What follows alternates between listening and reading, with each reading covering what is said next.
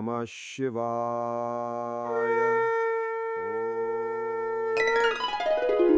ଶ୍ରାବଣ ଆସିଲେ ଭକ୍ତିରେ ଭିଜି ଯାଏ ରାସ୍ତା। କାନ୍ଦରେ କାଉଡ଼ି, ମୁହଁରେ ବୋଲେ ବମ୍, ଆଉ ହୃଦୟରେ ଗୋଟିଏ ବିଶ୍ୱାସ, ମହାଦେବଙ୍କ ଚରଣରେ ଜଳ ଅର୍ପଣ କରିବା। ଏହା କେବଳ ଏକ ଯାତ୍ରା ନୁହେଁ, ଏହା ଭକ୍ତି, ସଂକଳ୍ପ, ତ୍ୟାଗ ଓ ଆସ୍ଥାର ଏକ ପବିତ୍ର ପଥ। ଆସନ୍ତୁ ଜାଣିବା ବୋଲବମ୍ ଓ କାଉଡ଼ିଆ ଜଳଯାତ୍ରା ପଥର ସମ୍ପୂର୍ଣ୍ଣ କାହାଣୀ। ବୋଲବମ୍ ହେଉଛି ଭଗବାନ ଶିବଙ୍କ ପ୍ରତି ଭକ୍ତି ଓ ସଂକଳ୍ପର ଏକ ପ୍ରକାଶ। ଭକ୍ତମାନେ ପବିତ୍ର ନଦୀ କିମ୍ବା ଜଳାଶୟରୁ ଜଳ ସଂଗ୍ରହ କରନ୍ତି। ସେହି ଜଳକୁ କାଉଡ଼ିଆରେ ନେଇ ନିଜ ମନୋକାମନା ଓ ସଂକଳ୍ପ ଅନୁସାରେ ଶିବ ମନ୍ଦିରକୁ ଯାତ୍ରା କରିଥାନ୍ତି। ଏହି ବୋଲବମ୍ ନାମଟି ଶିବଙ୍କ ନାମ ସ୍ମରଣ ସହିତ ଜଡ଼ିତ ଏକ ଲୋକ ପ୍ରଚଳିତ ଭକ୍ତିଧାରା। ହିନ୍ଦୁ ପରମ୍ପରାରେ ଶ୍ରାବଣ ମାସକୁ ଭଗବାନ ଶିବଙ୍କ ପାଇଁ ବିଶେଷ ପବିତ୍ର ମାସ ବୋଲି ମନାଯାଏ।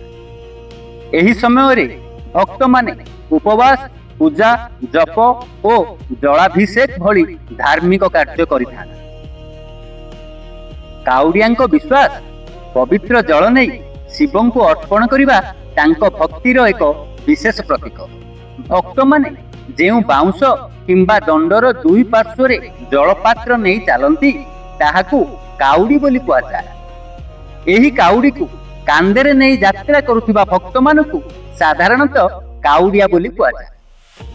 କାଉଡ଼ି କେବଳ ଏକ ଜଳପାତ୍ର ବୋହିବାର ମାଧ୍ୟମ ନୁହେଁ, ଭକ୍ତଙ୍କ ପାଇଁ ଏହା ତାଙ୍କ ସଂକଳ୍ପର ପ୍ରତୀକ ବୋଲି କୁହାଯାଏ। ଆଜି ଭାରତର ଅନେକ ରାଜ୍ୟରେ କାଉଡ଼ି ଯାତ୍ରା ଦେଖିବାକୁ ମିଳେ। ବିଶେଷ କରି ଝାଡ଼ଖଣ୍ଡର ବୈଦ୍ୟନାଥ ଧାମକୁ କେନ୍ଦ୍ର କରିଥିବା କାଉଡ଼ି ଯାତ୍ରା ବହୁତ ପ୍ରସିଦ୍ଧ। କିନ୍ତୁ ବୋଲବମ୍ ପରମ୍ପରାର ଏକମାତ୍ର ନିର୍ଦ୍ଦିଷ୍ଟ ଆରମ୍ଭସ୍ଥଳ ବା ବର୍ଷ ନିର୍ଣ୍ଣୟ କରିବା କଷ୍ଟକର। ଏହାର ବିଭିନ୍ନ ଲୋକ ପରମ୍ପରା ଓ ଧାର୍ମିକ କଥା ଭିନ୍ନ ଭିନ୍ନ ଅଞ୍ଚଳରେ ଭିନ୍ନ ଭିନ୍ନ ଭାବେ ପ୍ରଚଳିତ ହୋଇ ଆସିଅଛି। କେହି ଭଲ ଫଳ ପାଇଁ ମାନସିକ କରନ୍ତି ତ ଆଉ କେହି ପରିବାରର ମଙ୍ଗଳ ପାଇଁ। କେହି ନିଜ ଜୀବନର ଏକ ଇଚ୍ଛା ପୂରଣ ହେବା ପରେ କୃତଜ୍ଞତା ସ୍ୱରୂପ ଜଳ ଅର୍ପଣ ମଧ୍ୟ କରିଥାନ୍ତି। ମାନସିକ ପୂରଣ ପାଇଁ କେତେ ବର୍ଷ ଏହି ଜଳଯାତ୍ରା କରିବାକୁ ପଡ଼ିବ, ଏହାର କୌଣସି ବି ଗୋଟିଏ ସାର୍ବଜନୀନ ନିୟମ ନାହିଁ। ଏହା ଅଞ୍ଚଳ, ପରିବାରର ପରମ୍ପରା ଓ ବ୍ୟକ୍ତିଗତ ସଂକଳ୍ପ ଉପରେ ନିର୍ଭର କରିଥାଏ। ଭକ୍ତିର ମୂଲ୍ୟ ବର୍ଷ ଗଣନାରେ ହୁଏ ନାହିଁ, ମନର ଶ୍ରଦ୍ଧାରେ ହୋଇଥାଏ। ଏହି ଯାତ୍ରାର ନିୟମ ସମ୍ପ୍ରଦାୟ ଅନୁସାରେ ବଦଳିପାରେ। ସାଧାରଣତଃ ଭକ୍ତମାନେ ସ୍ନାନ କରି ପବିତ୍ର ଜଳ ସଂଗ୍ରହ କରନ୍ତି, କାଉଡ଼ି ପ୍ରସ୍ତୁତ କରନ୍ତି ଏବଂ ଶିବଙ୍କ ନାମ ସ୍ମରଣ କରି ଯାତ୍ରା ଆରମ୍ଭ କରିଥାନ୍ତି। କାଉଡ଼ିଆ ମାନେ ଯାତ୍ରା ସମୟରେ ସଂଯମତା ରକ୍ଷା କରନ୍ତି। ନିର୍ଦ୍ଦିଷ୍ଟ ମନ୍ଦିରର ପରମ୍ପରା ଅନୁସାରେ ଜଳାଭିଷେକ ମଧ୍ୟ କରିଥାନ୍ତି। ଏହି କାଉଡ଼ିଆଙ୍କ ଦୀର୍ଘ ଯାତ୍ରାରେ ରାସ୍ତା କଷ୍ଟକର ହୋଇପାରେ। ସେଇଥିପାଇଁ ଅନେକ ସ୍ଥାନରେ ସ୍ଥାନୀୟ ଲୋକେ, ସ୍ୱେଚ୍ଛାସେବୀ ସଂଗଠନ ଓ ଭକ୍ତମାନେ ଜଳ, ଖାଦ୍ୟ, ବିଶ୍ରାମ ସହିତ ପ୍ରାଥମିକ ସହାୟତାର ବ୍ୟବସ୍ଥା କରିଥାନ୍ତି। ଏହି ସେବା ମଧ୍ୟ ଭକ୍ତିର ଏକ ରୂପ, କାରଣ ଅନ୍ୟ ଭକ୍ତଙ୍କୁ ସହାୟତା କରିବାକୁ ଅନେକ ଲୋକ ମହାଦେବଙ୍କର ସେବା ଭାବେ ଦେଖିଥାନ୍ତି। ଦିନ ବଦଳିଛି, ଯାତ୍ରାର ଚିତ୍ର ମଧ୍ୟ ବଦଳି ଯାଇଛି। ପୂର୍ବରୁ ଅନେକ ଭକ୍ତ ପାଦରେ ଦୀର୍ଘ ଦୂରତା ଅତିକ୍ରମ କରୁଥିଲେ। ସୂଚନା, ଯାତାୟାତ ଓ ସେବା ସୁବିଧା ଆଜି ଭଳି ନଥିଲା। ଆଜି ରାସ୍ତା, ଆଲୋକ, ଯୋଗାଯୋଗ, ଚିକିତ୍ସା ଓ ବିଶ୍ରାମ ବ୍ୟବସ୍ଥା ଅଧିକ ଉନ୍ନତି ହୋଇଛି। କିନ୍ତୁ ଏହି ଆଧୁନିକତା ମଧ୍ୟରେ ଗୋଟିଏ ଜିନିଷ ଆଜି ମଧ୍ୟ ସମାନ, ସେ ହେଉଛି ମହାଦେବଙ୍କ ପ୍ରତି ଭକ୍ତି। ଆଜି ବୋଲବମ୍ ଅନେକ ସ୍ଥାନରେ ଏକ ବଡ଼ ଜନସମାଗମର ରୂପ ନେଉଛି।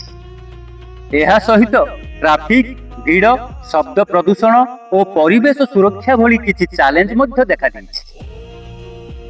ସେଥିପାଇଁ ଭକ୍ତି ସହିତ ଶୃଙ୍ଖଳା, ପରିବେଶ ପ୍ରତି ଦାୟିତ୍ୱ ଓ ଅନ୍ୟମାନଙ୍କ ସୁରକ୍ଷାକୁ ମଧ୍ୟ ମନେ ରଖିବା ଆବଶ୍ୟକ। ବୋଲବମ୍ ଅର୍ଥ କେବଳ ନିଜ ପାଇଁ ପ୍ରାର୍ଥନା ନୁହେଁ, ଅନ୍ୟଙ୍କ ପ୍ରତି ସମ୍ମାନ ମଧ୍ୟ। ବୋଲବମର ପଥରେ ବୟସର ଭେଦଭାବ ଦେଖାଯାଏ ନାହିଁ।